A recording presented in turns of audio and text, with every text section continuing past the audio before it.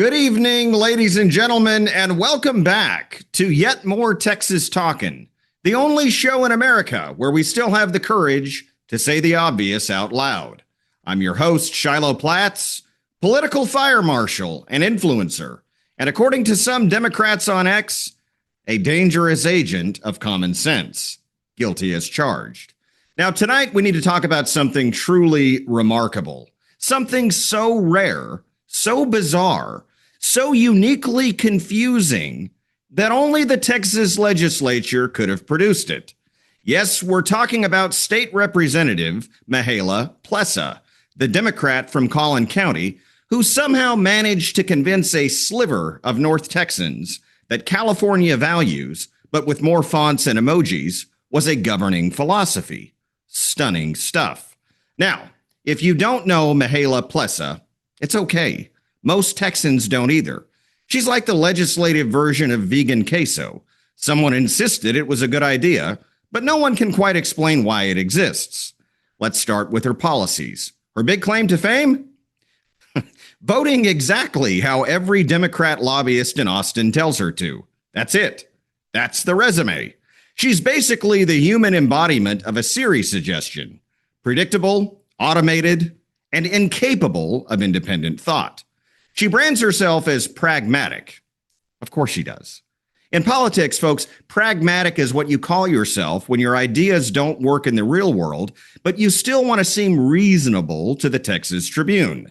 Pragmatic in Austin means I'll destroy your freedoms, but I'll do it nicely with a smile and a cute campaign graphic. And have you ever seen her social media posts? Every single one of them looks like it was designed for a sorority recruitment drive. Hey, besties, I'm fighting extremism. No, really. Folks, she thinks the extremists are the people who believe the government should maybe, possibly, on a good day, follow the law. Terrifying. Now let's talk voting record. It's a masterpiece, a museum of bad ideas. If there's a bill that grows government, she's for it. If there's a bill that protects parents, she's against it. If there's a bill that helps criminals, suddenly she's Mother Teresa. It's like watching someone play ideological whack-a-mole with Texas families as the targets. And here's the part that really gets me. Democrats keep insisting she's a moderate. Oh, really? On what planet? Moderates don't spend their entire legislative session posting about how Republicans, people like you and me, want to bring back the Dark Ages. Moderates don't think giving minors access to irreversible genital surgeries is just being supportive. Moderates don't defend border chaos while living in one of the safest, most suburban zip codes in North Texas. Moderates don't flee the state of Texas when they're supposed to be in Austin voting and working for you. She talks a big game about preserving democracy. Sure, because nothing says democracy like ignoring half your constituents and voting with San Francisco 98% of the time. She's basically Nancy Pelosi with a Plano address.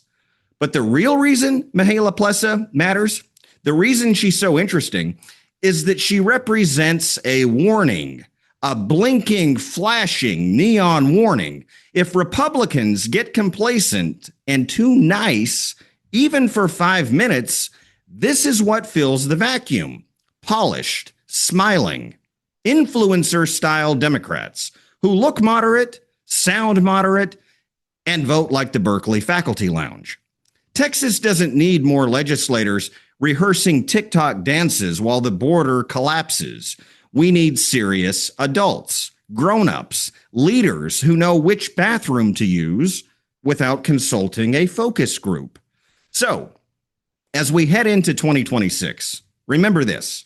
The left isn't sending their best.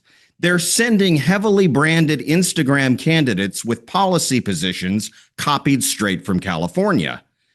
And Mihaela Plesa is Exhibit A. Joining me next is the Republican candidate who plans on handing Plesa a pink slip. Let's get dialed in.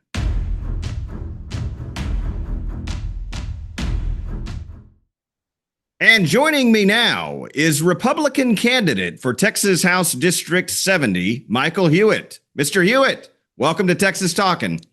Shiloh, excited to be on the show. Thanks for having me.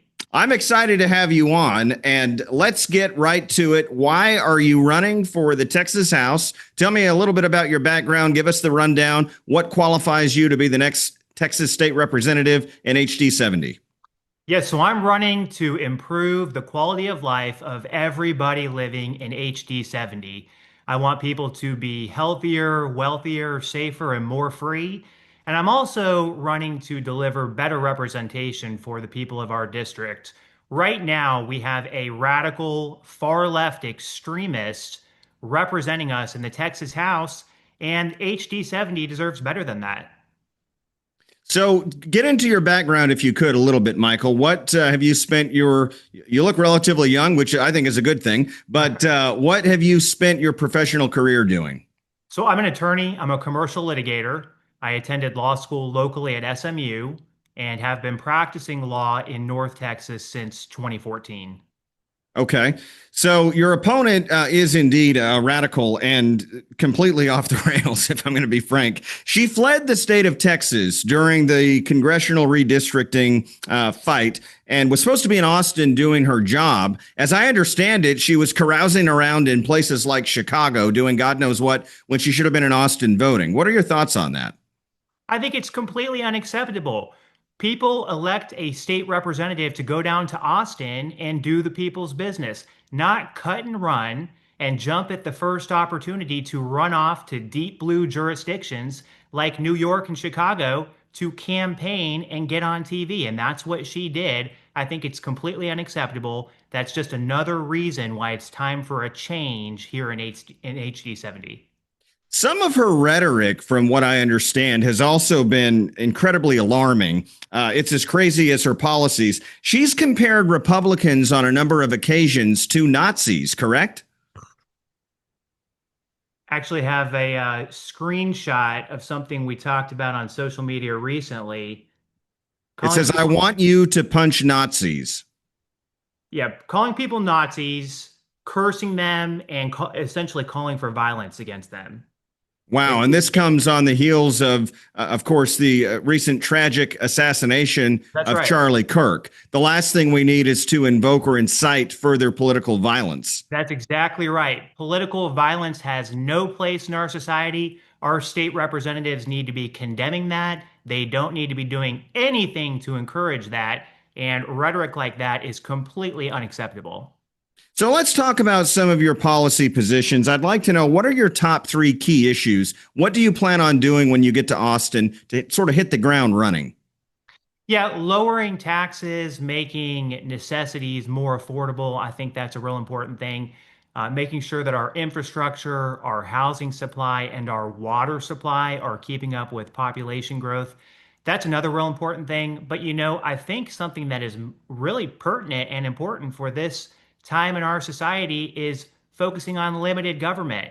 Texans don't want or need a big government that's involved in every aspect of our life. And I tell you what, we don't need New York socialism trying to make its way down here to Texas. So I will be fighting tooth and nail to make sure that that does not ever come to Texas.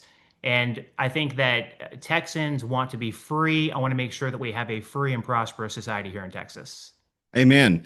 What I have viewers all over the state of Texas, and of course, many of them are in North Texas. What are the largest counties in HD 70? Admittedly, I didn't do my homework before this interview, so I know Collin County is in HD 70, but what other counties are in HD 70? So HD 70 is entirely in Collin County, but So it's one county. it's all in one county. That's right. Yeah.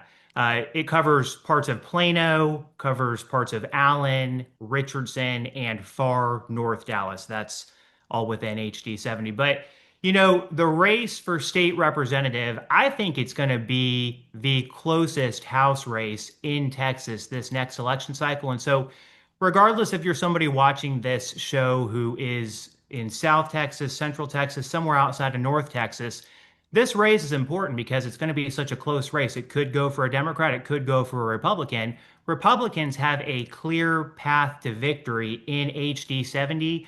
We have a real shot at flipping this district back so it's red. And another thing that's notable about HD 70 that A lot of people don't know is that it's the only House district in Collin County that's represented by a Democrat. So I want to take the district back, flip it Republican, and make all of Collin County red once again. Well, that would be a truly remarkable accomplishment. And I have full confidence that you're equipped to do that. What are some of your key endorsements and sort of the messaging that you found resonates best with voters in Collin County?